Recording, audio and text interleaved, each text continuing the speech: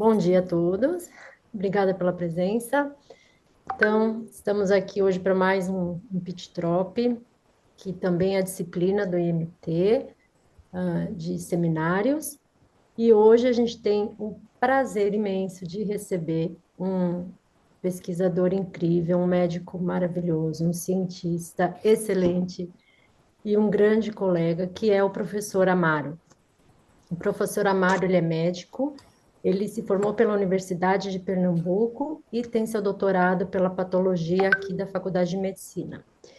Atualmente, ele é professor livre docente do Departamento de Patologia da Faculdade de Medicina, aqui da USP, e tem quase 100 artigos publicados com ênfase em doenças infecciosas e parasitárias, e ele atua principalmente nos temas de doença de Chagas, HIV, febres hemorrágicas, arboviroses, onde principalmente ele tem trabalhos com dengue e com febre amarela. Recomendo a vocês lerem esses trabalhos, porque são muito bons, muito incríveis.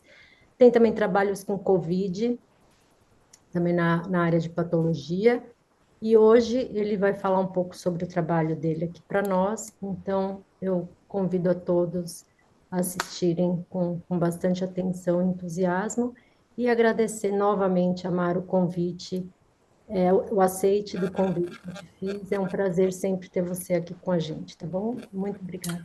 Muito obrigado. Obrigado pelas palavras, pelo convite mais uma vez. Obrigado, Lúcia. Obrigado, Almir. Obrigado a todos vocês do Pit Trop. É um prazer novamente, assim, estar sempre com vocês, né? A gente está sempre colaborando nessas várias epidemias e acho que outras virão, infelizmente, mas felizmente estamos juntos. Estamos todos reunidos aqui. Então, eu vou compartilhar aqui minha tela, deixar a tela cheia. A aula que vou apresentar hoje é sobre patologia das arboviroses, o estado atual baseado nas últimas epidemias do Brasil. Uma boa parte dessa aula apresentei, acho que há algumas semanas atrás, para os alunos da graduação, de uma forma dividida, mas eu fiz um compilado e alguns detalhes para a pós-graduação para a aula de hoje. Você consegue compartilhar? Ah, foi, tela cheia, foi Foi, agora. né? Agora está a tela cheia. Ah, Então, é sobre isso que eu vou falar. Então, a arbovirose tem tantos aspectos a ser falados, assim, da parte da virologia, né, da epidemiologia, que vocês sabem muito bem, né, que o IMT está bem focado nisso nos últimos 20 anos, né, e é um problema real para o Brasil há muito tempo, né, desde as primeiras grandes epidemias de febre amarela do século passado até a década de 90, com a eclosão da dengue no país inteiro. Então, é um problema presente para nós, né? Assim, são vírus emergentes, reemergentes e... Cadê o clique? E nessa linha do tempo aqui, que foi publicado em 2022, mostrando as várias epidemias, principalmente viroses, né, nesse século XXI, uma boa parte delas são arbovírus, né? Vai desde o West Nile no início dos anos, final dos anos 90 para anos 2000, e depois, assim, a dengue, né, que foi bem marcada nos anos 2000, assim, com uma grande expansão para o território nacional inteiro, né, acometendo bem aqui o Sudeste e o Sul, com os 3 sorotipos, né, chegando aqui na região Sudeste, que antes estava mais restrita ali o Norte e Nordeste. E aí, depois da grande pandemia de H1N1, né, logo no início da década de 2010, vimos a emergência aqui no Brasil de chikungunya, em seguida Zika, como acabamos de falar no comentário antes de iniciar a aula, né, que o Zika foi super importante assim para nós, a patologia, que houve um preparatório inicial do HC para uma possibilidade do Zika chegar aqui em São Paulo, né, e o HC ser um hospital de referência para possíveis casos de Zika, né, uma vez que tem a obstetrícia voltada para alto risco, né, com malformações congênitas, uma pediatria bem especializada, né, com neuropediatras, né, e acabamos chegando, felizmente acabamos chegando. E nós, a patologia, fizemos parte desse comitê de crise, né, dessa organização do hospital, com protocolo assim, para possíveis autópsias, né, de recém-nascidos ou natimortos com Zika, assim, síndrome da Zika congênita. O departamento de patologia tem uma tradição muito grande assim, de exame pós-morte de neonatos com malformações congênitas, que vão desde o cardiovascular até genético, até alterações renais e também de neuropatologia, e acabou não chegando, né, assim, infelizmente, né, mas foi importante, assim, esse preparatório aqui do Zika em 2015, porque quando eclodiu a febre amarela na região metropolitana de São Paulo, no final de 2017, até maio de 2018 e depois de 2019, já temos um protocolo para arbovírus bem estabelecido, então foi uma coisa de imediato. A nossa ação foi super rápida na hora que começaram a aparecer as primeiras autópsias de febre amarela, mesmo antes dos casos começarem a ser encaminhados para cá, para o Hospital das Clínicas ou o Emílio Ribas. Começamos a receber autópsias de casos vindo de Mariporã e de hospitais da região norte da capital, né? Depois veio a pandemia do SARS-CoV-2, né? E logo após a epidemia do SARS-CoV-2 voltam os arbovírus novamente, né? Tem o monkeypox, mas 2024 foi marcado com a grande epidemia de dengue, né? Com o maior número de casos e a maior mortalidade. E logo em seguida observamos a expansão de Oropouche, né? Para a região sudeste do Brasil. Então, os arbovírus são super importantes e é um problema de saúde única e saúde global, né, que é multifatorial, decorrente de vários aspectos, né, como a proliferação de vetores, desmatamento, alterações climáticas, mobilidade de grande número de pessoas em curto espaço de tempo, né, e o patologista é uma especialidade médica que pode ter uma importância muito grande assim, nas arboviroses, né, porque ele pode ser o primeiro médico, o primeiro agente de saúde que pode dar o primeiro diagnóstico de um caso índice, um caso fatal, né? Eu vou falar um pouco disso para vocês ao longo das apresentações, né? O arsenal da patologia é um arsenal bem tradicional, que é super importante utilizar e manter técnicas que são centenárias, né? Que vai desde a macroscopia na sala de autópsia até a coloração essencial da nortoxilimesina, as colorações especiais, a imunistoquímica, que é super importante com o uso de anticorpos monoclonais específicos para diagnóstico principalmente de vírus, né? Principalmente aqueles vírus que não têm um efeito citopático característico para dar o diagnóstico no tecidual. A hibridização in situ, né, que tem tecnologias novas como o RNA-Scope, que tem uma cartela de primers assim, bem específicos para vários vírus fora do padrão utilizado de hibridização, que é principalmente para HPV e EBV. A microscopia eletrônica, que é muito importante assim, nas novas epidemias de vírus, né, quando não se sabe exatamente qual é o vírus e não temos reagentes específicos, que pela morfologia conseguimos classificar os vírus pela ordem e pela família. E a biologia molecular, que cada vez mais utilizamos, né, seja em material de fluido cavitário, em citologia, em tecido coletado a fresco durante uma autópsia, ou até mesmo em amostras emblocadas em parafina, né, fixadas em formol em parafina. E na patologia é super importante assim, a autópsia, né, que eu trabalho com autópsia, sou do departamento de patologia, sou docente da autópsia, que através da autópsia a gente consegue entender a distribuição dos agentes infecciosos por todos os sistemas, entender como é o mecanismo de lesão, compreender a fisiopatogenia da doença, né, assim, determinarmos a causa mortis de um caso que tem muitas vezes uma causa mortis não conhecida, né, um diagnóstico não conhecido, e para fazer pesquisa translacional e entendimento da fisiopatogenia da doença, né. Então, vou começar com a patologia do Zika. A Zika também é uma arbovirose e ela eclodiu aqui no Brasil em 2015. Você sabe muito bem do histórico do Zika, né, originária de uma floresta na África, no sudeste africano. E o Zika ele pode produzir um quadro que pode ser muito similar com o dengue, né? Um quadro febril assintomático, um exantema cutâneo que pode passar desapercebido, que pode confundir com dengue e com outras doenças exantemáticas. Em geral, esse exantema ele não é biopsiado. Mas, durante a pandemia que aconteceu, epidemia que aconteceu no Rio de Janeiro, algumas biópsias foram realizadas com estudos histopatológicos, né? O CDC também tem um artigo que detalha bem a histopatologia da pele, né? Com amostras que vieram tanto do Brasil como de outros países do Caribe. Então, um exantema fulfuráceo, que pode ter um aspecto escarlatiniforme, pode pegar a palma da mão, pode ter lesões na cavidade oral, na mucosa jugal. E esse exantema ele é caracterizado principalmente por um infiltrado inflamatório perivascular, por células mononucleares, que pode ir desde a derme superficial até a derme profunda, né, com acometimento, às vezes, não somente perivascular, como também perianexial. São linfócitos principalmente do tipo CD4 e CD8, né, mas não é um exame diagnóstico recomendado para o diagnóstico de Zika. Zika se dá o diagnóstico por sorologia e por biologia molecular, por PCR. E o que eu vou falar principalmente para vocês é a síndrome da Zika congênita, né, que o mais comum é a microcefalia, né, que ela pode ser diagnosticada pela mãe através da sorologia, de PCR tanto do sangue como também do cordão umbilical, como também do líquido amniótico. E um dos principais métodos de triagem também é o ultrassom obstétrico, que mostram calcificações difusas pelo cérebro, né, também pelo cerebelo em diversas localizações, e pode fazer bem a triagem. Né? Aqui é um caso típico do Recife, né, com essa microcefalia.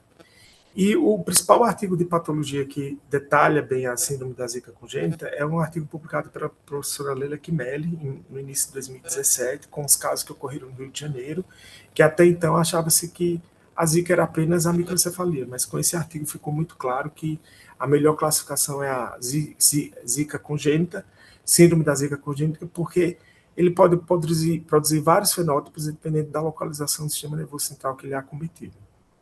Então, o que ocorre, a lesão essencial na Zika congênita é que o vírus ele vai acometer principalmente os neurônios que estão em formação e em migração para formar o córtex cerebral. Então, quanto mais precoce a infecção congênita, maior a chance de produzir a microcefalia.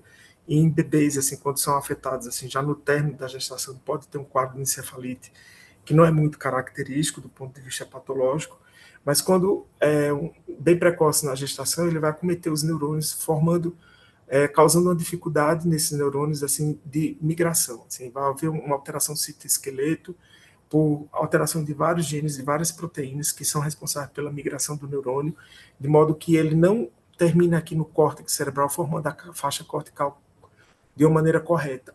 Né? Então, o neurônio ele pode migrar de uma maneira errônea, chegando antes da formação do córtex ou até mesmo depois, caindo às vezes na meninge, que é uma lesão que é muito rara em anatomia patológica de recém-nascido com alterações neurológicas. Muito rara mesmo, assim, são poucas síndromes que poderiam produzir esse tipo de lesão, que é chamada heterotopia glioneural meníngea, que é quando o neurônio cai na meninge.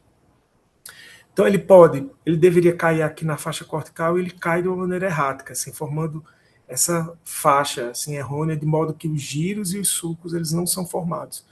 E o resultado disso é ter uma macroscopia com a lisencefalia, ou seja, não forma nem sulco nem giros. Assim, são pequenos lóbulos que são irregulares, que não formam de uma maneira correta o córtex cerebral.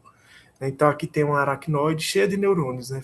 Fazendo uma imunistoquímica para marcação neuronal, como o NeuN, você vai ver a marcação de neurônios aqui na aracnoide, como também na substância branca alterada e na substância cinzenta. Aqui tem a coloração de Weill, que mostra esses neurônios aqui de uma maneira bem irregular. Né? E os neurônios eles entram em necrose, necroapoptose, com calcificação distrófica, que é por isso que observamos no ultrassom obstétrico esse aspecto de calcificação difusa pelo parênquima cerebral. Então, aqui esse aspecto bem arroxeado, agranulado, no parênquima cerebral são neurônios com calcificação necróticos, com calcificação distrófica, né? Grosseira. Né? Então, diversos fenótipos podem ocorrer no Zika congênita. Você pode ter uma ventriculomegalia assimétrica, você pode ter colapso do encéfalo com formação de grandes cavidades, com acúmulo de líquor como se fosse um cisto, uma alteração do hipocampo, do corpo caloso, do tálamo e do núcleo da base. O cerebelo pode ter uma hipoplasia, o tronco cerebral também pode ser hipoplasiado. Né? Aqui tem o encéfalo, e aqui o cerebelo com hipoplasia do tronco cerebral. Aqui uns ventrículos de aspecto císticos, aqui a ausência da formação do corpo caloso. E aqui, olha, uma alteração bem no mesencéfalo, ali no aqueduto, formando uma uma lesão bem baixo, né, já na transição indo para o tronco cerebral, de forma que desenvolve uma hipertensão intracraniana que leva a uma ventriculomegalia, com o ventrículo bem afilado, sem formação de sulcos e de giros, mas a criança pode nascer com a macrocefalia. Ao invés de macrocefalia, em vez de ser microcefalia, é uma macrocefalia, como aqui. Então, aqui tem uma criança com macrocefalia e é zika congênita, na foto B e na foto D. Aqui outra criança com macrocefalia. Uma outra alteração que era também muito rara em neuropatologia congênita, né, é a artrogripose, né? A criança ela nasce com essa postura em flexão, flexão dos punhos, flexão do quadril, extensão, hiperextensão das pernas e flexão dos pés, né? Com fraturas patológicas dos ossos, com reabsorção óssea. Isso ocorre quando a zika afeta os neurônios motores da medula espinhal. Então, as raízes anteriores elas não são formadas, elas são atrofiadas. Então, o que é que ocorre? Ocorre uma denervação de vários músculos, né? Então, é como se fosse um paciente, digamos assim, pós-AVC. Depois do AVC, depois da fase flácida do AVC, ele, como não tem a inervação dos nervos periféricos nos músculos, em algum membro que foi afetado, começa a ocorrer espasticidade e contração muscular, levando a alterações de movimento e alterações posturais. Isso é uma fase final de uma área que teve denervação, que não tem mais a movimentação muscular, a espasticidade. Então, como essa criança ela não tem a formação das raízes anteriores, que a gente observa nos membros, né, e é de uma maneira bem uniforme, pelo menos nesses artigos que descreveram a artrogipose, né, ao longo de toda a medula espinhal, elas não têm inervação dos membros, então tem a contratura que desenvolve ao longo da gestação, causando essa postura errática, essa postura viciosa e leva, inclusive, assim, a fraturas e reabsorção óssea. Então, são várias síndromes, né? Então, é preferível denominar como síndrome da zika congênita. Então, observamos antígenos e o RNA viral através de imunistoquímica e hibridização in situ, em vários compartimentos, né? Sistema nervoso central e periférico do recém-nascido com zika congênita. Na matriz germinativa, que são os neurônios em formação, os neurônios que estão bem no núcleo do dobramento do ectoderma, quando está se formando o sistema nervoso central, e são esses neurônios primitivos que vão se desenvolver para migrar, para formar o córtex cerebral, e que acabam entrando em necrose e em calcificação distrófica.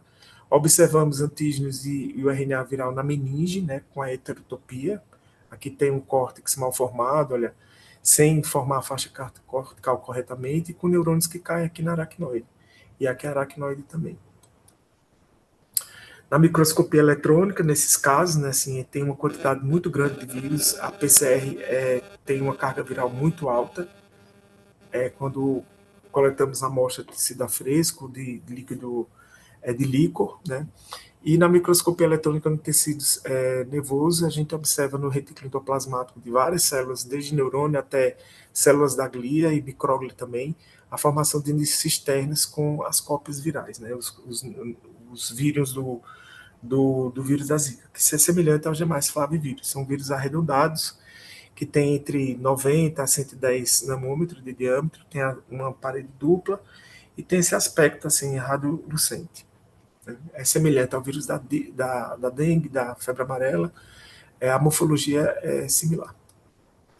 E outra forma de dar o diagnóstico de zika congênita através do histopatológico é a placenta da gestante que teve a suspeita, né? O exame da placenta nós observamos uma vilite crônica, os vírulos bem dilatados, assim, com proliferação de células de Hofbauer, com um aumento do macrófago tecidual, né, que é a célula especializada com a função de fagocitose dentro da placenta, né, o macrófago, a célula de Hofbauer. Observamos calcificação, ele leva muito à necrose do cicício trofoblástico, proliferação de cicício, formando nós ciciciais grandes, né, assim, e com essa calcificação que é bem evidente, assim, nos vírus mais precoces, como também nos vírus mais tardios, formação de trombo com lesões vasculares, e na imunistoquímica e na hibridização in situ, a gente observa uma marcação principalmente dentro do vírus, mostrando que o vírus atravessou a face materno-placentária, né, atingindo a face fetal, né? Aqui é a imunistoquímica e aqui é a hibridização in situ. Então, é um quadro bem característico assim, da placenta. Assim, é uma vilite crônica com muita calcificação e a formação de grandes quantidades de nódulos ciciais. Agora, sobre chikungunya. O chikungunya é também uma arbovirose, né, que é muito característico aqui no Brasil, né, a emergência do chikungunya em 2013, no final de 2012 para 2013, causa um quadro que é muito similar ao Zika, mas diferentemente do Zika, causa muita artralgia, muita dor muscular, que afeta principalmente pessoas de meia idade, assim, que pode inclusive causar uma dificuldade de mobilidade por longo tempo. Isso pode alterar bastante assim, o prognóstico de pacientes que têm doenças crônicas, né, como diabetes e hipertensão. E o diagnóstico, no início da epidemia de chikungunya aqui no Brasil, ficou muito mascarado, né, como a dengue. Né? Hoje, a chikungunya chega aqui na região sudeste, assim, tem laboratório de referência, o LUTS faz sempre vigilância de casos graves, assim, com um painel que pesquisa dengue, chikungunya e zika, para a maioria dos casos, principalmente óbitos, né? E é característico isso, né? Assim, da chikungunya, a artralgia, a mialgia, a fadiga crônica e outros aspectos clínicos que são muito semelhantes com dengue, né? Com zika nas formas mais leves. Sabe-se muito pouco sobre a patologia do chikungunya.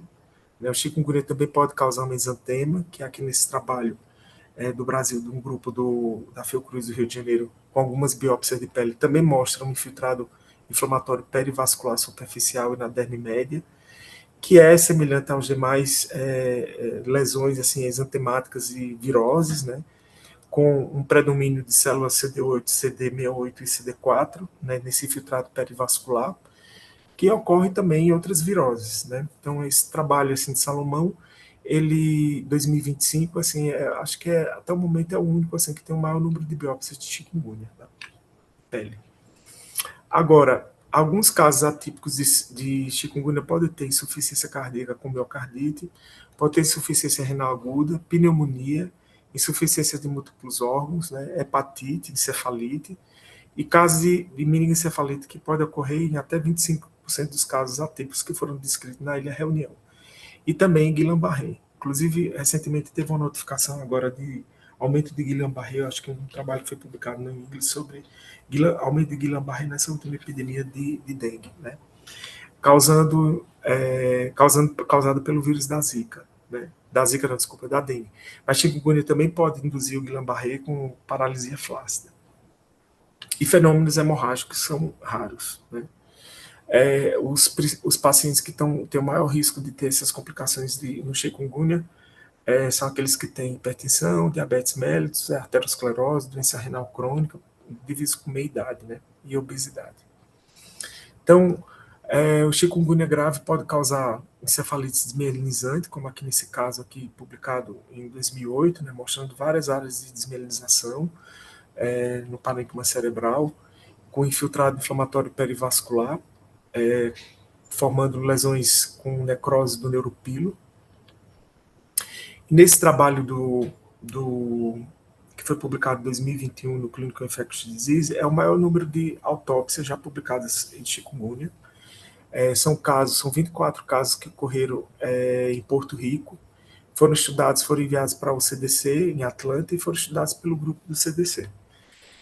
Nesse estudo de autópsia, né, eles descrevem lesões multissistêmicas com acometimento difuso do tecido conjuntivo de vários órgãos, provavelmente responsável por disfunção orgânica, né, porque o tecido conjuntivo é super importante para dar sustentação a praticamente todos os tecidos, com exceção do sistema nervoso central e periférico. Né, é no tecido conjuntivo que vai repousar a lâmina própria, né, e o epitélio, né, como também as células tróficas. Então, uma lesão do tecido conjuntivo pode causar disfunção em vários órgãos.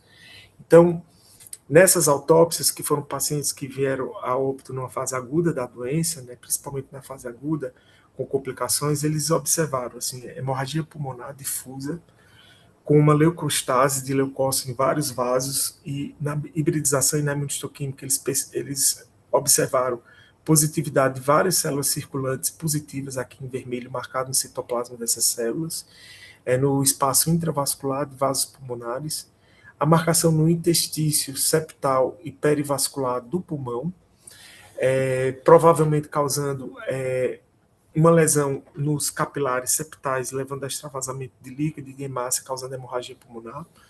Marcação em células mononucleadas dos septos interalveolares e do espaço interalveolar. Marcação no conjuntivo perivascular e sinusoidal do fígado e do coração. Alguns pacientes tiveram insuficiência cardíaca, com um diagnóstico que não foi um diagnóstico muito preciso se era uma miocardite ou não, mas provavelmente era uma miocardite por causa do recurso das regiões onde esses pacientes estavam internados, né, com descompensação cardíaca. Então, com essa lesão difusa do tecido conjuntivo intersticial cardíaco, né, no espaço perivascular, em torno de nervos, provavelmente assim, essa lesão do intestino deve levar a uma disfunção cardíaca na fase aguda da doença. Né? Assim, ela é lesão no timo, no baço, com muita marcação de antígeno em torno dos nervos, que tá, em torno das sinóvias, né? Mostrando assim, que talvez essa lesão de nervo periférico perineural ela seja um pouco responsável pela dor crônica e pela disfunção de articulações.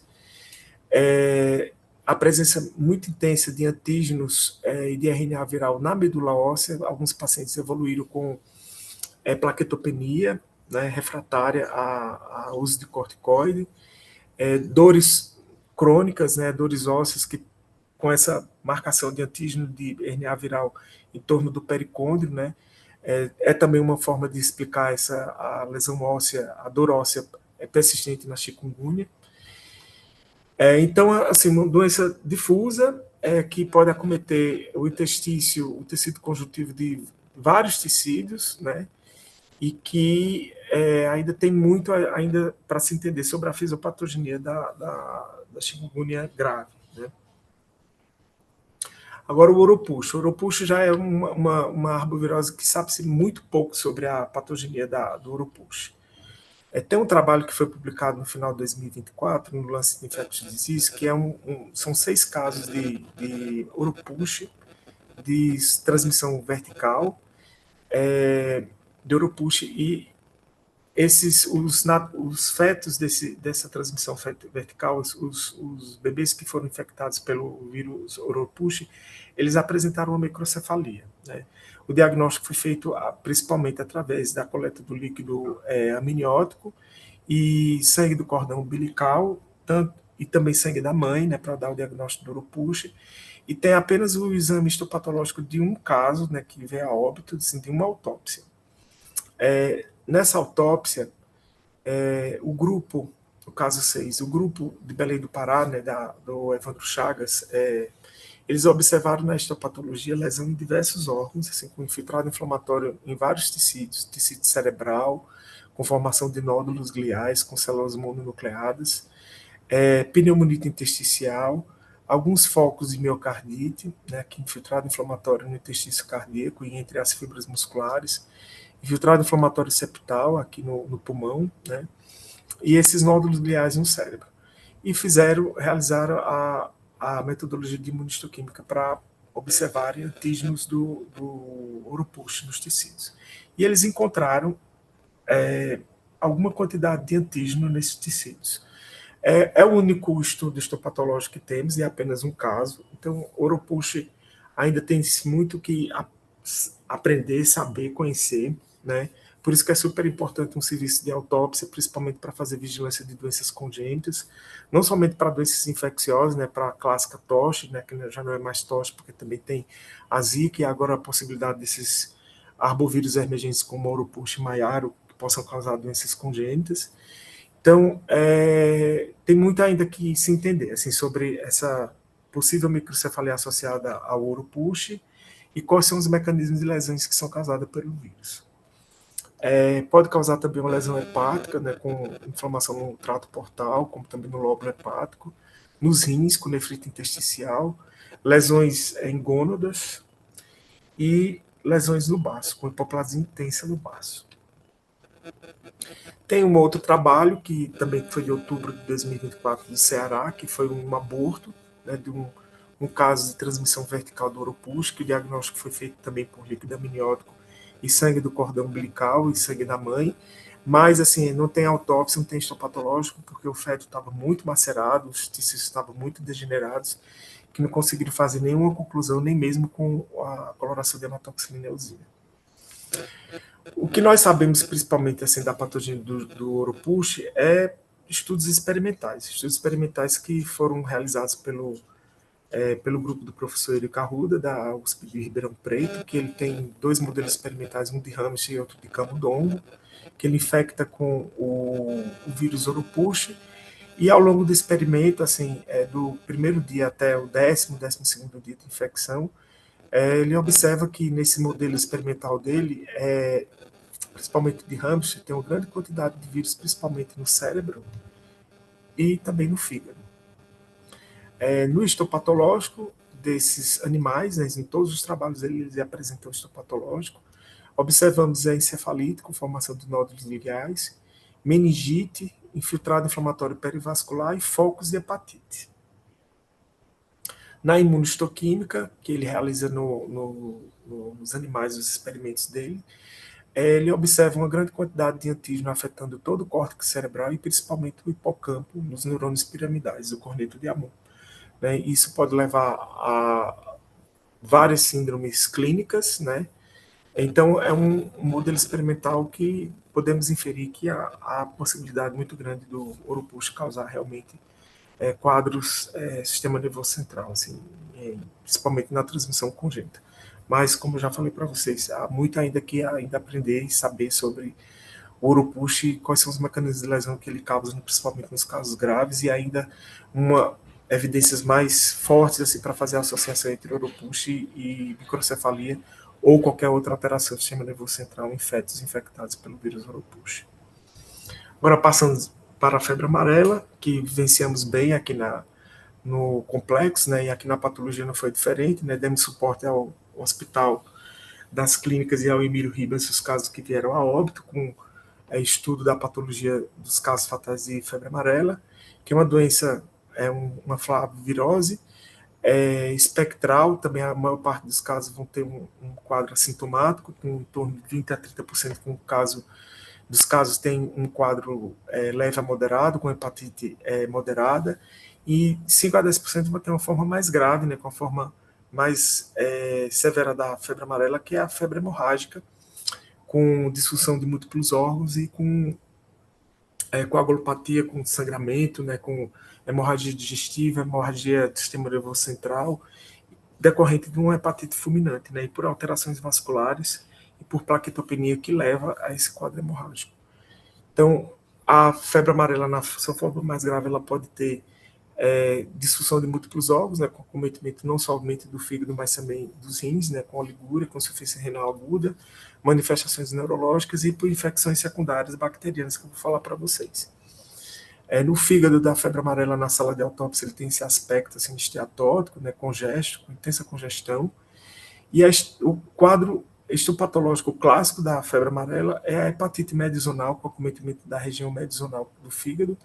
O espaço porta com pouco infiltrado inflamatório, principalmente por células mononucleares, e com os hepatócitos em degeneração esteatótica e acidofílica, formando chamados corpúsculos de Cálcima Rocha-Lima, que são corpos apoptóticos, bem acidofílicos, com o hepatócito infectado pelo vírus da febre amarela, ele vai diminuindo progressivamente de tamanho, né, diminuindo o tamanho do núcleo e do citoplasma, forma desse corpo acidofílico com muita afinidade com a eosina, né, que é chamado de corpúsculo de Cálcima Rocha-Lima, e também a esteatose. Além disso, a gente observa uma hipertrofia de células de Kupfer, com fagocitose de algumas células hematológicas, hematopoéticas, né, como linfócitos e também hemácias, né, eritrócitos, né, dando um quadro de hematofagocitose. Aqui uma célula de Kupfer bem engurgitada, né, com restos de células do corpúsculo de Cálcima, né, com restos de células apoptóticas. Então esse é o aspecto histológico clássico da febre amarela. Aqui é a imunistoquímica, que marca antígeno do vírus da febre amarela, principalmente no corpúsculo de Cálcima, na região medizonal, e alguns hepatócitos em apoptose, como também células de Kupfer, com a presença do antígeno da febre amarela. No cérebro, observamos hemorragias difusas, perivasculares, hemorragias em anel, com edema cerebral intenso, alguns casos podem, inclusive, vir a óbito por herniação cerebral. E realizamos um estudo que foi publicado em 2023 com o detalhamento da patologia cardíaca, né? Casos que evoluem com choque refratário, com bradicardia, e observamos em 73 casos autopsiados aqui no complexo, né, de febre amarela, uma miocardite difusa, né, muitas vezes leve, assim, com agregados de linfócitos no intestino cardíaco, alguns casos com miocardite intensa, com intensa lesão de cardiomiócito, com necrose, miocardites também secundárias causadas por bactéria gram-negativa, cocos gram-positivos e também por fungos, como, por exemplo, aspergillus, em 2 casos com aspergilose disseminada, observamos lesão cardíaca associada, e observamos no sistema de condução uma lesão intensa, né, com lesão vascular do nó sinoatrial, do nó AV, com edema perivascular, com alguns trombos na microcirculação, com a presença de antígeno do vírus da febre amarela na microvasculatura, com hemorragia intersticial aqui no septo interventricular, aqui bem na passagem do feixe de His, que leva a um retardo de condução e leva a bradicardia, que é chamado de sinal de Fagé, que o paciente na fase aguda da febre amarela apresenta febre e bradicardia. Então, a explicação para esse sinal de Fagé, para essa bradicardia, é decorrente de uma lesão no sistema de condução que é mediada diretamente pelo vírus da febre amarela. No rim, pode causar uma necrose tubular aguda intensa, com lesão dos túbulos, e hiperplasia de células mesangiais, que nesse momento tem uma tese em andamento, que eu sou orientador de uma aluna, que estudamos assim o rim dos casos de febre amarela, e ainda não concluímos todas as análises, mas encontramos principalmente assim, uma lesão de podócitos nos glomérulos renais, né?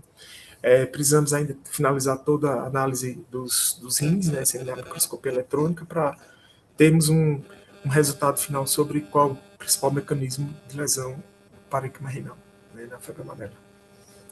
Na medula óssea temos uma indução de hematofagocitose, como também ocorre no fígado, né, assim, macrófagos exercendo fagocitose de neutrófilos, de hemácias, né, que leva a uma hipoplasia da medula óssea, das 3 séries hematopoéticas, e é, de certa forma, uma justificativa para a anemia refratária desses pacientes, e a plaquetopenia. Né? No baço, encontramos uma depressão intensa da pulpa branca, com uma intensa apoptose de linfócitos em torno da arteríola centrofolicular, responsável pela linfopenia que esses pacientes apresentam na forma mais grave da doença. E nos últimos anos nos dedicamos assim, a entender melhor a hemorragia intestinal, gastrointestinal que esses pacientes apresentam, os pacientes com febre amarela grave. Na febre amarela tem bem descrito esse vômito com hemorragia digestiva grave, que logo em seguida esse paciente entra em choque refratário e muitas vezes vem a óbito. É chamado na literatura de black vomit, né, que é descrito desde as primeiras epidemias em Filadélfia, nos Estados Unidos, e depois na América Central. E esse vômito, essa hemorragia digestiva, ela sempre foi atribuída à plaquetopenia e à coagulopatia da hepatite fulminante da febre amarela, né? Ele é muitas vezes acompanhado de soluços refratários, né, que é meio que um prenúncio para o vômito que vai aparecer em algumas horas, né? Então, sempre foi atribuídos à doença viral aguda, a hepatite e à alteração da coagulação e a plaquetopenia. Só que nas autópsias, publicamos agora no Journal Infectious Disease, no ano passado, um estudo que associa as autópsias com a clínica dos pacientes, com os casos da corte do professor Esper Callas. Os pacientes que foram admitidos aqui no Emílio Ribas, na entrada, foram coletados vários exames assim, para análises clínicas, para entendermos marcadores que possam estar associados com o mau prognóstico desses pacientes, que já tem outras publicações que foram realizadas assim, já em 2019, assim, logo depois da epidemia, da fase aguda da epidemia da febre amarela aqui no sudeste do país. E nesse trabalho associamos essa corte do professor Esper com as nossas autópsias com um modelo experimental que desenvolvemos em Wisconsin, que eu passei um tempo lá em 2024 analisando esses animais, né, um modelo de hamster quimérico que faz uma mimetização da febre amarela grave. Então, na sala de autópsia, nesses pacientes, né, com febre amarela grave, nós observamos assim um fígado esteatótico, muito congesto, mas uma coisa que nos chamou muita atenção, uma distensão intensa dos intestinos, com hemorragia da parede intestinal, uma hemorragia que não é somente da mucosa, mas também de toda a parede, atingindo inclusive o peritônio. É o peritônio que reveste a parede abdominal aqui com essas hemorragias que parecem hematomas, e uma intensa hemorragia no retroperitônio com formação de coágulos, né? Com necrose hemorrágica do apêndice epiploico, da gordura peripancreática e do pâncreas, né? Principalmente na periferia do pâncreas. E nos apêndices epiploicos observamos essas gotículas aqui, esses nódulos esbranquiçados, que correspondem à necrose esteatonecrose, uma necrose que chamamos em pingo de vela, que parece como se fosse uma gota de cera de vela caindo assim em cima de uma mesa com esse aspecto esbranquiçado.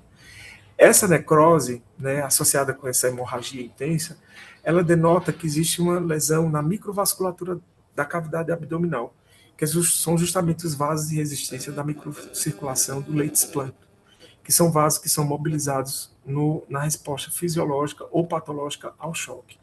Então, você observa essa esteatonecrose com essa isquemia de pequenos vasos da gordura intraabdominal, e além dessa isquemia, dessa necrose, nós observamos sempre associada áreas de grandes hemorragias que confluem, dando esse aspecto aqui na abertura da cavidade abdominal.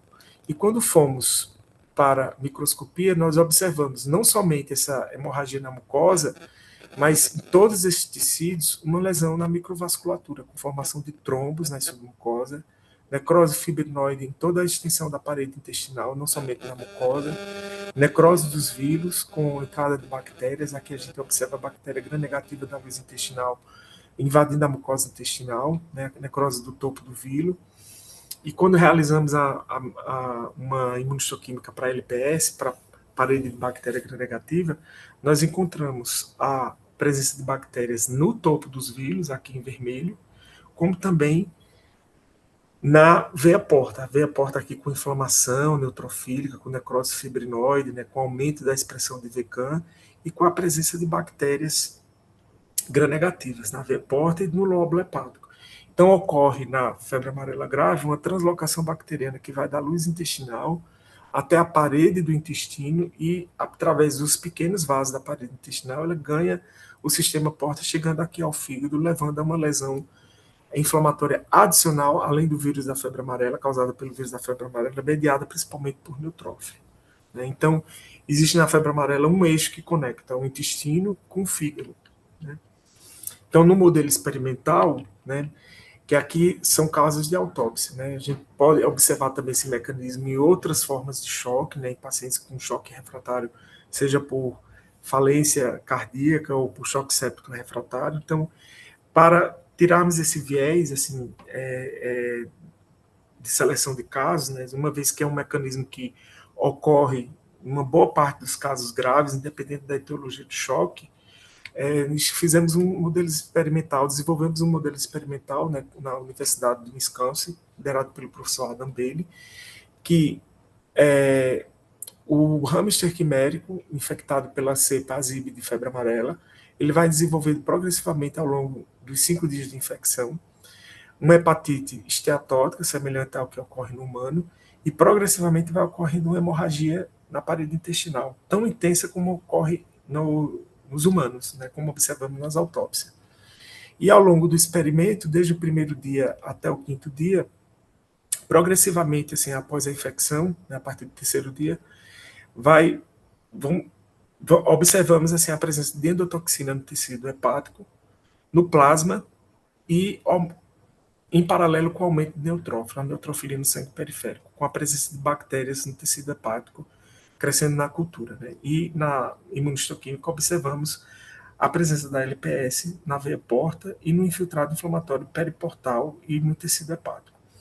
Então, por meio desse modelo experimental, nós conseguimos mostrar evolutivamente que isso é um processo que é gradativo logo nos primeiros dias da infecção pelo vírus da febre amarela, em casos, nesse modelo experimental, né, que vai acompanhando com a viremia, em paralelo à viremia vai aumentar a neutrofilia, porque vai causando uma disfunção vascular sistêmica, que a resposta ao choque é a vasoconstricção intensa do leite esplâncton, que leva à isquemia da mucosa intestinal, permitindo a entrada de bactéria e causando a translocação, que vai chegar no fígado, causando lesão hepática adicional. Um outro trabalho nosso recente sobre a febre amarela, com essas mesmas autópsias que foram realizadas em 2018, é sobre o pulmão, que foi publicado no Emerging Infectious Disease agora no início do ano. É um trabalho que foi realizado em conjunto, né, com o ICB, com o IMT e com o Hemocentro, né, fizemos um estudo assim, bem detalhado assim, de sequenciamento de bactérias e de fungos que encontramos no parênquima pulmonar. Classicamente, no pulmão, nós temos a descrição de que na febre amarela se observa principalmente edema e hemorragia pulmonar difusa. E foi isso que nós observamos nos nossos casos. Só que, assim, aqui na faculdade, fazemos uma autópsia bem detalhada, assim, com coleta de várias amostras, assim, dos tecidos, né, dos órgãos em diversas regiões, e no pulmão não é diferente, assim, coletamos pelo menos 15 amostras, assim, para 15 áreas diferentes do pulmão para exame histopatológico. Encontramos uma taxa muito alta de pneumonia. Aqui é a macroscopia do pulmão da febre amarela, no caso, febre amarela na sala de autópsia, com hemorragia difusa, com um parênquima bem friável, né, assim, demonstrando que tem pneumonia, que tem uma lesão da trama de reticulina do pulmão causada por neutrófilo, né, com esse aspecto assim, de condensação, e que quando fazemos a digitopressão, o parênquima meio que fura, né, causando essas depressões com hemorragia. E aqui esses resultados esbranquiçados que eu vou mostrar mais adiante para vocês, que são exudados purulentos com a presença de fungo. Né? Na traqueia, observamos uma boa parte desses casos, assim, um exudado que cobria toda a traqueia desses pacientes. E quando fomos para a microscopia, né, observamos formas fúngicas invasivas. Aqui são formas de cândida, com esporos, pseudohifas e hifas verdadeiras invadindo a mucosa traqueal. E também brônquio, por extensão aqui no brônquio também. Assim, esse exudado esbranquiçado vem desde a traqueia e vai até os brônquios fontes, isso, segmentares, e observamos 91% dos casos, assim, uma traqueite ou por bactéria ou por fungo, principalmente cândida. Pneumonia supurativa com microabscesso por cocos, aqui os cocos gram-positivos, estafilococcus no sequenciamento, né? Pneumonia polimicrobiana por gram-negativo, cocos e por esporos, né, de fungos, principalmente cândida. Aqui bacilos longos, gram-positivos, como também bacilos gram-negativos. A presença do antígeno viral da febre amarela, do vírus da febre amarela, nos capilares septais, né, aqui marcado em vermelho em fosfatase alcalina. Na microscopia eletrônica, observamos uma lesão endotelial intensa, né, com a presença de bacilos gram-negativos no espaço intravascular septal. Infecções fúngicas em quase 50% dos casos, alguns causados por aspergillus e por múcula. Aqui tem um vaso pulmonar com invasão e com necrose causado por hifas e aspergillus, a típica hifa do aspergillus, né, com dicotomia, com ramificação em 45 graus e septações regulares. Como eu falei para vocês, a pneumonia polimicrobiana é um achado clássico associado com a broncoaspiração, e a broncoaspiração foi evidente em 60% dos casos. Aqui os bacilos gram-positivos e bacilos gram-negativos associados com restos alimentares vegetais, né? Aqui são formas vegetais, né? Dentro do espaço alveolar. E dano alveolar difuso agudo em 84% dos casos, né? Com formação de membrana hialina, que acaba levando na fase final da evolução do caso de febre amarela grave, assim, com alteração da oxigenação, né, da difusão de gases, né, respiratórios, né, e leva à hipóxia, e com essa hipóxia vai progressivamente levando a agravamento do choque e disfunção de múltiplos órgãos. Né. Também encontramos trombos, né, 32% dos casos, que explica o aumento de detímero, né, que esses pacientes apresentavam um dedímero muito alto, os casos graves de febre amarela, e não compreendimos muito bem assim na fase aguda da epidemia, durante o cuidado intensivo, por que o dedímero era tão alto, se esses pacientes não apresentavam uma clínica de tromboembolismo ou de trombose, já que apresentavam um caso difuso de hemorragia.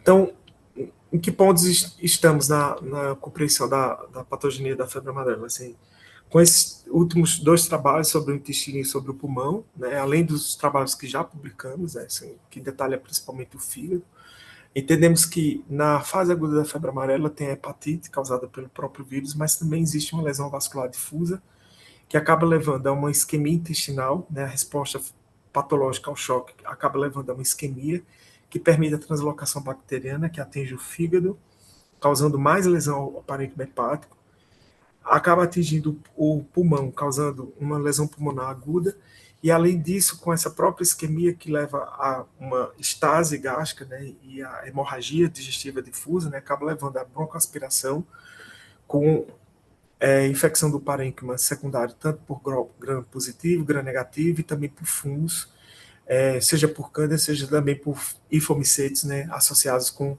um aspecto que lembra muito um paciente imunocomprometido. Né. Agora, nessa última parte da aula, né, falar um pouco da dengue. Temos um trabalho, né, durante em andamento, assim, temos um trabalho em andamento que foi iniciado ali em 2024, do qual a Camila faz parte, né. Temos que concluir esse trabalho ainda esse semestre. Espero que consigamos concluir, que não ocorra nenhuma epidemia que nos impeça de ir adiante. Durante a epidemia de dengue em 2024, fizemos 270 autópsias de dengue, sendo que 70 casos foram bem mais detalhados, com maior informação clínica. E estudamos todos os órgãos desses pacientes e também coletamos amostras teciduais para realização de PCR, para entendermos a distribuição do vírus da dengue em todos os órgãos e também sequenciamento viral, né? Então, a dengue, ela causa também uma doença espectral, como eu já falei para vocês na chikungunya, na febre amarela. A maioria dos arbovírus, a maioria das viroses também tem esse padrão, né, de quadro clínico. Né? A maior parte dos casos de dengue vão ter um quadro assintomático ou ligosintomático, e alguns casos vão ter a dengue grave, né, com choque, né, com sinais de choque, com extravasamento capilar, que denota uma lesão endotelial grave.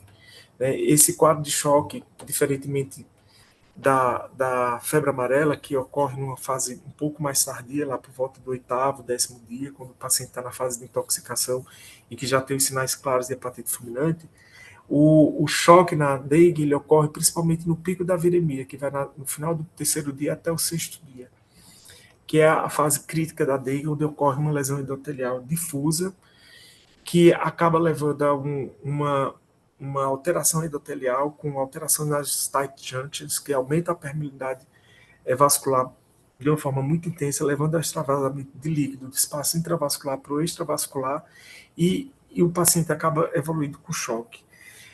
Nessa fase que ocorre a formação de líquidos cavitários, derrame pleural, ascite, que são marcadores assim, de gravidade da dengue. Quando o paciente com dengue começa a sentir muita dor abdominal, né, desconforto abdominal, e apresenta líquido acítico e um pouco de derrame pleural, é um sinal de gravidade, porque ele está justamente na fase de extravasamento. E foi isso que nós observamos. Observamos pacientes assim que estavam nessa fase por volta do 3º, 5º dia de doença, que chegaram aqui no hospital, em outros hospitais, em choque refratário, já em acidose, e muitos desses pacientes, na investigação epidemiológica que foi realizada pelo CVE e pela Covisa, observamos que esses pacientes tiveram 2 ou 3 atendimentos assim, em unidades básicas de saúde, assim, muitos deles tinham, inclusive, critérios para dengue C, dengue D, de gravidade, que poderiam ter permanecendo um pouco mais nos serviços de saúde, recebendo o aporte hídrico, né, para recuperar a volemia, né, para evitar que progredisse o choque e a acidose e a evolução para a insuficiência múltiplos órgãos e o óbito, né. Então, os casos que autopsiamos foram pacientes que estavam justamente nessa fase crítica da dengue. E fizemos muitas discussões assim com o grupo do CVE, que ajudou bastante assim, a compreender o que estava acontecendo na epidemia e mudar assim, um pouco a conversa com a atenção primária, assim, reforçar um pouco mais assim, os sinais de alerta da dengue, né, e reforçar o treinamento para o reconhecimento desses sinais o tratamento desses pacientes de uma forma adequada, para evitar óbito, né. E acho que contribuímos, assim, porque no ano passado, em 2025, e esse ano, assim, o número de óbitos por dengue foi bem, bem baixo, né. E acho que é isso, assim, o papel da autópsia. A autópsia compreender a patogenia do óbito para devolver para quem está vivo, né, para a gente diminuir a mortalidade de casos, né. Então, fazer assim, só uma apanhagem geral da histologia do fígado, aqui tem a veia centrolobular, que é o centro do lóbulo, e os espaços porta, que ficam nas pontas, né, assim, do lóbulo hepático, né, nos vértices do lóbulo hepático, que aqui tem a região medizonal, que é a região preferencial acometida pelos flavivírus, né, pelo vírus da febre amarela e pelo vírus da dengue. Também o Zika pode causar uma lesão medizonal também. E o vírus da dengue, nos casos que classicamente são descritos em autópsia, né, e também observamos aqui nesse trabalho, né, 2024, a gente observa uma boa quantidade de casos, assim, uma hepatite medizonal nessa região. Né, a região 1 aqui, periportal, a região 3, em torno da veia centrolobular, e a região 2, medizonal. Então, aqui um fígado de um caso fatal de dengue, com icterícia, com aumento do tamanho. Aqui o espaço porta e a região medizonal, com esteatose, apoptose de hepatose, e uma intensa lesão vascular com congestão de sinusoides e hemorragia. Esses casos de dengue, assim, observamos uma lesão vascular bem mais intensa do que no parênquima hepático, no hepatócito, ao contrário da febre amarela, que a principal alvo celular é o hepatócito. Na dengue, a gente acredita que na dengue é a célula endotelial. E é bem correspondente com aquilo que eu mostrei, aquele artigo do New England, que mostra a fisiopatogenia, que é a lesão endotelial, tight junctions com extravasamento capilar. Então, observamos nesses pacientes uma intensa dilatação de sinusoides e extravasamento de hemácias. Em alguns casos, assim, a gente observa uma lesão medizonal bem característica, assim, com corpúsculo de cálcio rocha lima, hipertrofia de células de Kupfer, esteatose de hepatócitos. Então, precisamos, assim, mas é diferente da febre amarela, que na febre amarela grave a gente observa um acometimento de todo o lóbulo hepático, né, assim, que vai desde principalmente na região medizonal, mas que também acaba acometendo a região 1 e a região 3, mas na dengue a gente observa algumas áreas acometidas, né? Então, precisamos entender melhor esses fenótipos de lesão no fígado nesses casos fatais de febre amarela. Tem casos que são tão agudos, assim, que vêm a óbito de uma forma tão rápida, na fase crítica de extravasamento capilar, que quase praticamente eles não têm uma lesão de hepatócito. É mais uma lesão vascular. E outros que sobreviveram, que chegaram por volta do 7º, 8º dia, a gente observa um quadro hepático, de lesão hepatocelular um pouco mais florido. Então, precisamos terminar essas análises assim, para a gente entender melhor esses fenótipos de lesão no parênquima hepático, na dengue. Aqui uma imunistoquímica diagnóstica para dengue, realizada no Instituto Adolfo Lutz e aqui também na faculdade, que marca principalmente célula endotelial, né, os pequenos capilares dos sinusoides e células de Kupfer, que em vermelho é revelado pela fosfatase alcalina. E realizamos em uma boa parte dos casos assim, PCR no parênquima hepático e praticamente 50% dos casos foi dengue 2 e dengue 1. Nos pulmões encontramos uma hemorragia pulmonar difusa e edema alveolar, um pulmão bem hemorrágico, aqui um detalhe, né, com os capilares bem dilatados, né, com edema alveolar intenso.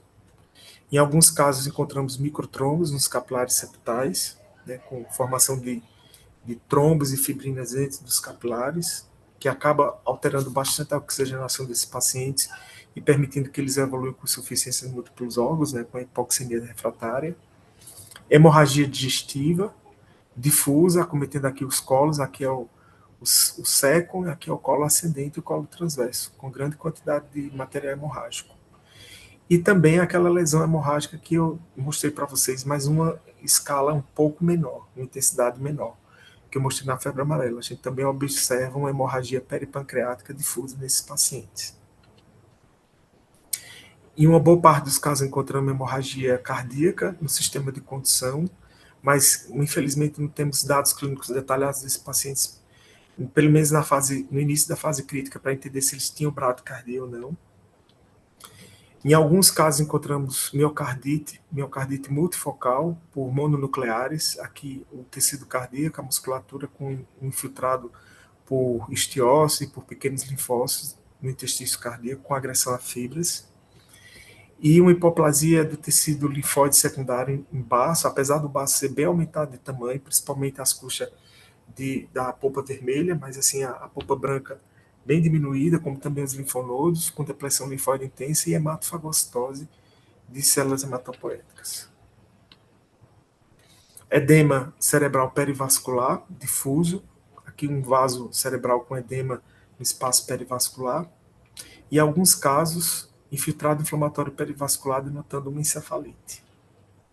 Aqui hemorragia aracnoide, em um caso que teve um HSA, porque teve plaquetopenia intensa. Então, em resumindo, assim, esses casos, apesar de não termos ainda as análises ainda concluídas, né, os casos graves da epidemia de 2024, ficou muito nítido para nós que o óbito ocorreu na fase de extravasamento capilar, com uma lesão capilar difusa, sistêmica, com a presença do DENV2, principalmente DENV2, mas também DENV1 em baço e fígado, com necrose hepática na região merizonal, com corpos de cálcio rocha lima, mas principalmente um dano endotelial, que supera o dano hepatocelular, com a presença de NS1 no parênquima hepático, hemorragias pulmonar e intestinal principalmente, mas também cerebral, alguns casos com miocardite e hematofagocitose em praticamente todos os casos, que levaram os pacientes a óbito. Então, era isso que eu tinha para falar para vocês. Acho que esse ano 2025, 2026, nos dedicarmos bastante assim, para concluirmos esse trabalho da dengue, né, para compreendermos melhor a fisiopatogenia da dengue grávida, que aconteceu em 2024. Temos esse projeto de preparatório de patologia para resposta rápida em epidemias, né, que tentamos nesse projeto nos antecipar a eventos epidêmicos, usando todos os nossos reagentes em patologia para o diagnóstico residual de agravos que são de grande importância, né, de saúde pública. E é isso, assim, tem esse livro nosso publicado com o grupo da professora Maria Henrique Seixas Duarte, publicado pela Arte Médica, que tem uma boa parte da patologia das doenças infecciosas do Brasil, né? Espero que com essas doenças emergentes consigamos, em próximas edições, também incluir as novas doenças que aparecerem. Então, muito obrigado. Obrigado mais uma vez pelo convite. Estou aqui à disposição para perguntas. Muito obrigada, Mara. Foi incrível a aula. Muito bacana mesmo. Vou abrir para perguntas. A gente tem algum tempo. Quem quiser, ou pode abrir o microfone, ou já no chat. Deixa eu ver. Está acompanhando o Celso agradecendo. Camila, eu queria fazer um comentário. Faça. Pode. Amaro, Olá, Lúcia. parabéns pelo trabalho. Todos nós aqui na comunidade aqui sabemos da excelência do seu trabalho, da importância do seu trabalho. E nessa sua fala final, eu estava pensando exatamente nessa sua fala final, quando você destacou a importância de preparar profissionais para os pronto atendimentos. Quando você falava, eu pensava na quantidade de casos que chegaram para você exatamente porque houve um acompanhamento no atendimento, não é com péssimo atendimento, e às vezes até com a confusão, né, a partir dos sintomas dos indivíduos. Eu fiquei pensando na dificuldade de desses profissionais em áreas como onde ocorre chikungunya, dengue, zika, a sobreposição desses sintomas, a confusão que deve ser para esses profissionais. Claro que o que nós não podemos aceitar, por exemplo, uma região que está acontecendo dengue, esse profissional tem que estar atento para esse caso, para essa situação. Achei muito importante o que você colocou, de preparar esses indivíduos para a atenção aos sintomas de pacientes que chegam nos pronto atendimento, né? De arboviroses, né? Assim, sim. E a dengue, ela tem essa facilidade, assim, com a epidemia que ocorreu em Cuba, né, no final dos anos 70, ficou muito claro, assim, como seria o tratamento da dengue, né, assim, aqui, quando a dengue explodiu aqui no Brasil, né, nos anos 90, né, eu estava em Recife, eu acabei pegando dengue 2 vezes, peguei pelo DENV1 e pelo DENV2, assim, na primeira epidemia, DENV1 que foi do 96, aí no 99 para 2000 eu peguei pro DENV2, assim, tive até extravasamento capilar. Assim, o protocolo é justamente isso, para facilitar assim, o atendimento numa fase crítica, dependendo se você tem a confirmação ou não, você tem a suspeita clínica, né, você tem todos os sinais, né, e você facilitar, é uma classificação que ela é diagnóstica e ela orienta também o tratamento, né? Então, nós vivemos uma crise, né, assim, no sistema de saúde, né, assim, além de vários problemas estruturais que nós temos, né, inclusive de financiamento, temos agora um problema que eu acho que é grave, que atinge toda a sociedade, que é a proliferação de escolas médicas, né, que tem uma grande quantidade de médicos entrando aí no mercado de trabalho, assim, com um treinamento que é bem insuficiente, né, então, e o CVE foi atrás disso, assim, de ver como estava sendo feito o atendimento, e assim, ficou muito claro que tinha muita gente que perdeu a oportunidade, assim, de ter recebido o tratamento de uma maneira adequada 48 horas, 72 horas antes, entendeu? Que isso faz muita diferença assim na dengue. Assim, a dengue é uma doença vascular, entendeu? Então, quando você tem um choque, assim, esse choque ele não é tratado, ele vai progredindo. E assim, quanto mais lesão, assim, hipoperfusão sistêmica ele vai causando, né, assim, com tecido, massa de células que estão hipoperfundindo, vai causando acidose até que chega um ponto que é irreversível. Não importa mais que o momento a pessoa chega, depois de cruzar essa linha, quanto que ela receba de volume, quanto que ela receba de droga vasoativa, não vai recuperar mais, porque a lesão a nível celular, tecidual, já ocorreu, assim, já passou um ponto crítico, né? E o tempo é muito importante, assim, o tempo de recuperação de choque é muito importante. Assim, da mesma maneira que você tem, é importante você recuperar um paciente que tem um acidente numa via pública, que tem um sangramento intenso, assim, por uma lesão vascular intensa, depois um atropelamento, um acidente, você recuperar esse indivíduo rápido do choque, também assim é na dengue, entendeu? Apesar da gente não estar vendo a pessoa sangrar, ela está perdendo líquido do intravascular para dentro das cavidades, para dentro do abdômen, para dentro do tórax, para dentro da parede do intestino. Então, esses sinais, que já são muito antigos, que já circulam assim, em todos os protocolos há muito tempo, eles precisam ser repassados, treinados, entendeu? Assim, ir em loco, ver o que está acontecendo. Assim. Então, a secretaria fez muito disso. Assim, em 2024, e aí teve um trabalho muito intenso, final de 2024 para 2025, final de 2025 para 2026, a ponto que agora tem até um grupo dentro do Ministério, né, assim, que é o preparatório para o próximo período epidêmico. Né? Não sei se vocês souberam, teve uma reunião em Brasília, que foi a reunião dos, dos secretários de saúde, das grandes capitais, assim, para o preparatório para o próximo período epidêmico de arbovirose, né, da dengue, né, para evitar o que aconteceu em 2024, né, que é reforçar isso, assim, o treinamento, reconhecer os sinais clínicos, né, e dar o tratamento adequado, né, a reposição hídrica, né, que é simples, assim, é barato, assim,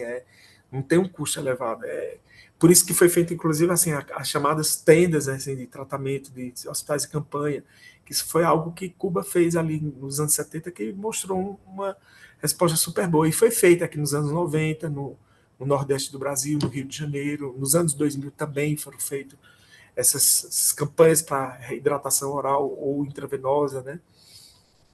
Então, as autópsias mostraram bem isso, assim, acho que quando tivermos esses resultados, né, Camila? A Camila está com a parte da biologia molecular e de sequenciamento, mas eu já tenho esse dado já bem computado, a gente precisa analisar, assim, esses pacientes, eles tiveram 2 ou 3 atendimentos antes de vir para o hospital já em fase final, entendeu? Ainda mais em período grande de epidemia, acaba É, acontecendo muito óbito por conta disso, né? é, Deixa eu te falar, tem duas perguntas aqui, a gente está com o tempo já avançado, mas eu vou fazer as duas perguntas do chat para você. Uma é do Guilherme. Professor, devido à similaridade entre as arboviroses citadas, tem algum sintoma que seja chave para diferenciá-las? tem sim, Guilherme.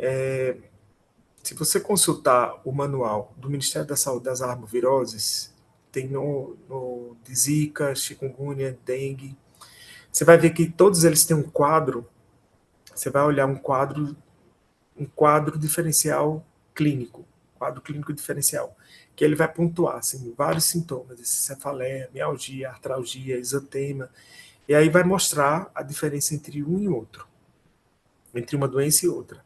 E aí você vai ver, assim, gratuito, assim, está no Ministério da Saúde, são os manuais que periodicamente são revisados, e tem sempre esse quadro é clássico, assim, que aí você vai ver, chikungunya tem mais mialgia, tem mais artralgia, uma artralgia mialgia que leva mais tempo, né? Já dengue vai ter uma mialgia mais intensa, mais cefaleia, vai ter o exantema que no Zika pode ser um pouco mais intenso, né? Então, a conjuntivite no Zika é mais intensa, né? Então, todos esses achados clínicos, essas apresentações clínicas como estão na linha, e tem uma coluna com cada uma dessas doenças, e aí mostra em xizinho, assim, qual é o que é mais comum em cada um deles. Vale a pena você consultar, assim, eu não coloquei nessa apresentação, porque tem muita coisa de patologia, né? Mas uma futura eu vou colocar lá para ficar um pouco mais didático para esse tipo de pergunta. Mas tem como, assim, não é muito preciso, não é patognomônico, realmente, assim, tem muita confusão. Por exemplo, você está na fase crítica da dengue, assim, para você que está tendo dengue, é a pior dor articular que você já teve, entendeu? É a pior dor muscular que você já teve. Então, não tem como você fazer muito comparativo. Mas quando você atende muitos pacientes, assim, e você vê uma diferença em outro, que aí eu digo que o pessoal do Recife está um pouco mais treinado, o pessoal do Rio de Janeiro, que já viram epidemias assim de dengue, de zika e de chikungunya ao mesmo tempo, entendeu? Então aí fica um pouco mais claro, entendeu? Fazer um pouco essa diferenciação. Mas é sindrômico, né? Aí você coleta a sorologia, você coleta a PCR, e o que você não pode é você perder a chance de você tratar adequadamente um paciente que está numa fase de extravasamento capilar, né? De você dar o diagnóstico de um paciente com dengue grave. Você pode fazer um teste rápido, mas também você pode fazer um hematócrito, né, para ver se o paciente tem hemoconcentração, ver se tem plaquetopenia. Se a plaquetopenia é muito intensa e a hemoconcentração é muito intensa, fala mais a favor de dengue, né? Então, obrigatoriamente, você tem que excluir que o paciente não esteja numa fase crítica de extravasamento capilar. E, lógico, a febre amarela que pode também levar a hepatite fulminante, né? Obrigada. Tem mais duas perguntas, mas eu vou fazer uma só, porque a gente já passou do tempo. Depois, se você quiser dar uma lida aqui no chat, a Mari responder rapidamente. Eu vou fazer a da Larissa, que ela perguntou mais cedo. Primeiro, ela fala que foi uma honra ter um conterrâneo apresentando uma palestra, que ela também é de Recife e graduada na Federal de Pernambuco. Uhum. Aí ela diz que sobre os casos congênitos de Zika, existe algum grau de microcefalia ou macro que seja compatível com a vida, ou só os casos mais graves é que não são, junto com a hiperextensão dos membros inferiores que comentou. Não, tem sim, tem um grau de microcefalia que é compatível com a vida, né? Assim, tanto é que temos um grande número tem uma geração aí, né, de pessoas com microcefalia, né, que consegue falar, se desenvolver. Lógico, pode ter várias alterações que são muito variáveis, né? Assim, tem convulsões, quadro epiléptico crônico, né? Mas, assim, a microcefalia, assim, tem aqueles casos muito intensos que acaba levando ao sistema troncocefálico, que são incompatíveis com a vida. A macrocefalia também pode ter aqueles casos com grande hipertensão intracraniana. A artrogripose também, ela foi associada com várias alterações hematopoéticas, né, e também com quadros graves do sistema nervoso central, que acaba levando ao óbito, né? E também tem aqueles casos, né, que a gestante também provocou aborto, né? Então, assim, não é muito claro, assim, na literatura quais fenótipos que estão necessariamente associados com o óbito intrauterino e que é aqueles que são incompatíveis com a vida, né? Porque também teve isso, assim, um contingente muito grande de abortos ou provocados ou espontâneos, assim, que a gente não sabe exatamente, assim, que causados quando a gestante detectou que tinha a microcefalia, tinha alteração congênita, né? Mas tem sim, assim, a microcefalia tem muitos casos que são compatíveis com a vida, sim. Inclusive, tem um monte de criança com microcefalia É, que sobreviveu à é epidemia uma de Zika. geração, né? É uma geração. Bom, Amaro, queria te agradecer mais uma vez, foi incrível, tanto que a gente até está aqui conversando agora, tem pergunta que não dá tempo de ser feita. Pessoal, se alguém tiver mais perguntas, eu posso passar teu contato, Amaro, para te fazerem Pode sim, pode e-mail? mandar por e-mail. Tá, eu Muito passo. obrigado, viu? E te agradeço, espero te ver em breve, numa próxima. Obrigado, viu, Camila? Obrigado, Lúcia. Obrigada, Obrigado, Marcos. Albi. Obrigada. Eu vou falando assim, como é informal, fico na frente da tela, é como se fosse uma conversa, assim, aí, às vezes eu vou gaguejando, entendeu? Mas foi muito bom, muito bom. É ótimo, Muito sempre obrigada. ótimo. Você fala muito bem.